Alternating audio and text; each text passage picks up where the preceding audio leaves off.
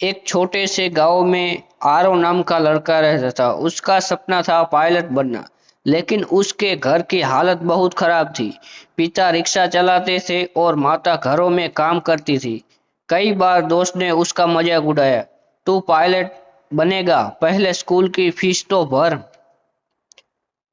आरव को बुरा लगता, लेकिन उसने ठान लिया कि वो हार नहीं मानेगा।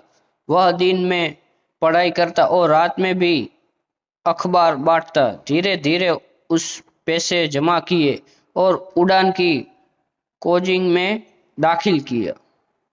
कई बार थकान होती, नींद आती, लेकिन हर बार वह आईने में खुद से कहता, अगर मैं नहीं रुका तो मंजिल जरूर मिलेगी।